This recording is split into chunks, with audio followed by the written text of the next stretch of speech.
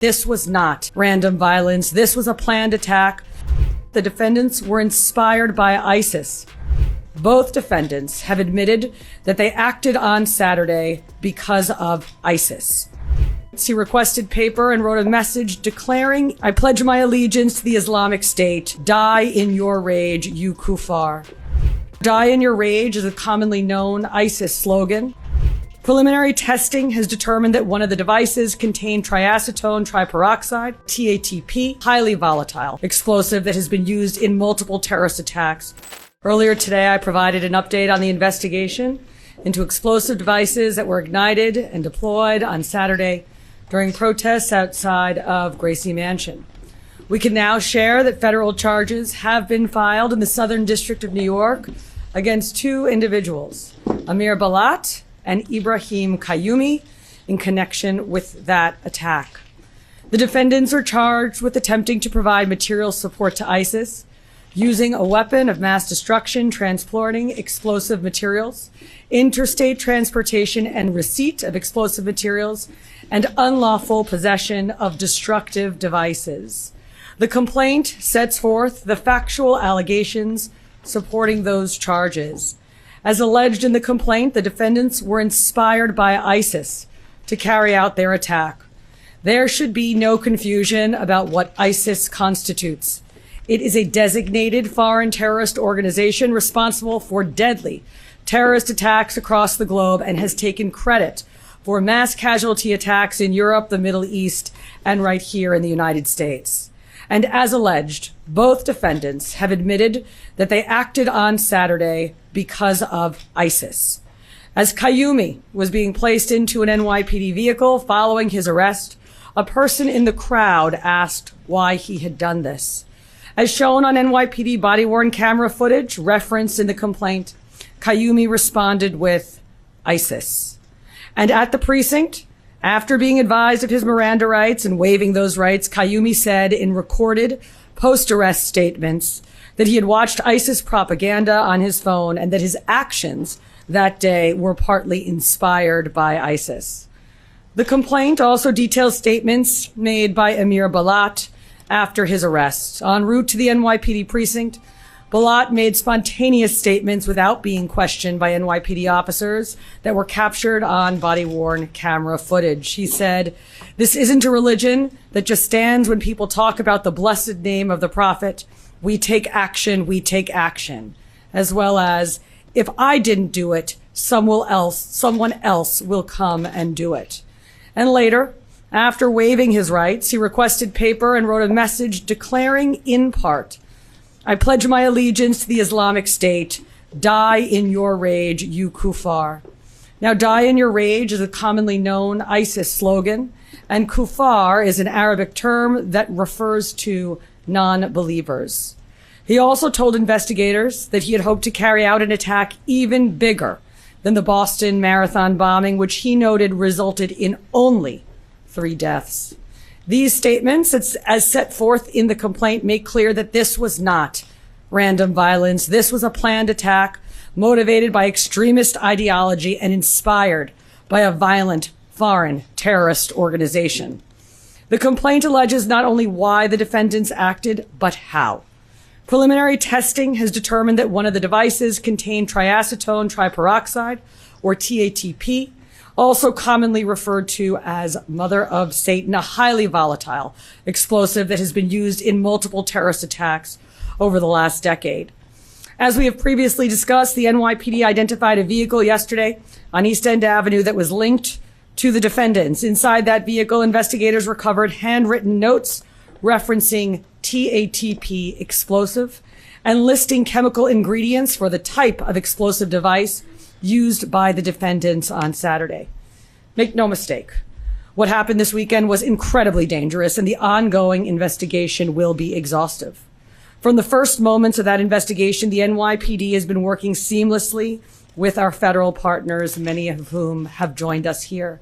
In particular, the FBI's Joint Terrorism Task Force, which includes NYPD detectives, working alongside federal agents. They have been at the center of this investigation. Members of the FBI and the Joint Terrorism Task Force including NYPD task force officers, have executed search warrants at Kayumi and Balat's residences in Pennsylvania. Another important note, the two defendants arrived in New York City roughly 1 hour before they were arrested. According to our investigation, they crossed the George Washington Bridge with a license plate reader ping at 11:36 a.m. on Saturday, parked in front of 48 East End Avenue between 81st and 82nd Streets at 12:05 p.m., and walked to the protest. They ignited and threw the devices at approximately 12:15 p.m. and were immediately arrested thereafter. I want to thank our great United States Attorney Jay Clayton for his extraordinary partnership, as well as the prosecutors from SDNY for everything that they do, especially for their work on this investigation and their forthcoming prosecution. I also want to thank the FBI, especially James Barnacle, Assistant Director in charge of the FBI New York Field Office, and Rob Kassane, the FBI's Special Agent in charge for counterterrorism, as well as the Joint Terrorism Task Force. We are grateful always for the FBI agents and Assistant U.S. Attorneys who have been working around the clock with us since Saturday. Finally, and most importantly, I want to recognize the members of the NYPD who responded on Saturday and in the hours that followed. The officers assigned to that protest who ran toward a lit, improvised, explosive device, the bomb squad technicians who secured and analyzed the devices, the detectives and analysts who worked through the night to develop this investigation, and the countless members of service who helped ensure the security of the people of New York City during a very tense and dangerous situation. The NYPD remains on heightened alert, and our mission is simple, and that is to keep New Yorkers safe. That responsibility belongs to the nearly 35,000 members of this department who stand watch over this city and who are prepared to respond whenever and wherever danger appears. On Saturday, we saw that commitment in action. Thank you. Now I will turn it over to our United States Attorney, Jay Clayton.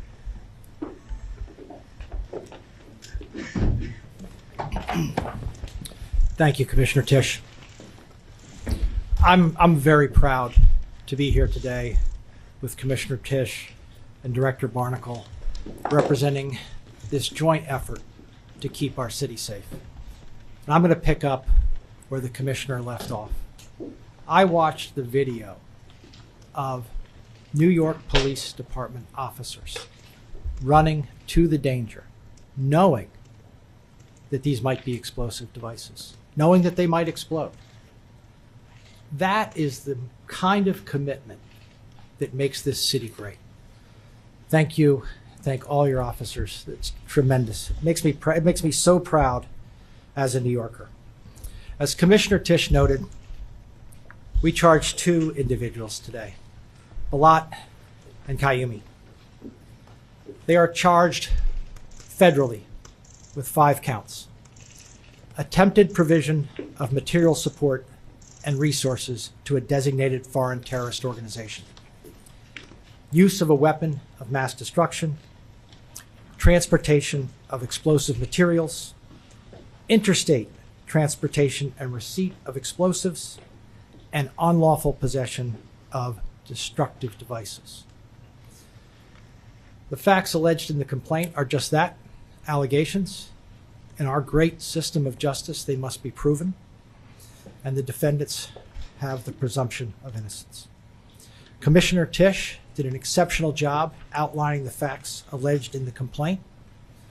These were ISIS-inspired actions. And it is chilling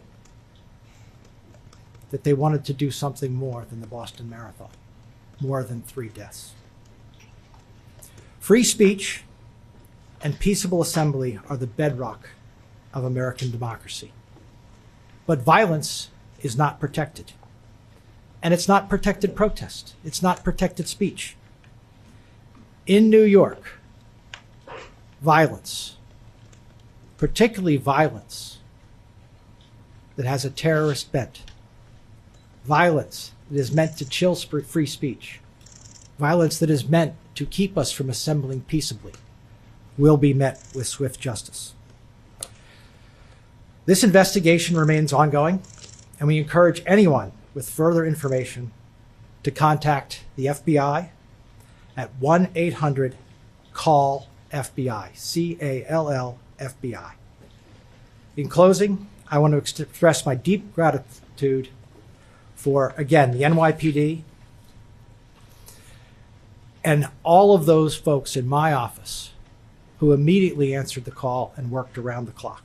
In particular, the heads of our National Security and International Narcotics Unit, Eleanor Tarlow and Jason Richmond, and our line U.S. attorneys, who I don't think have slept, which is why we are here so quickly, Jonathan Bodonsky and Jane Sham.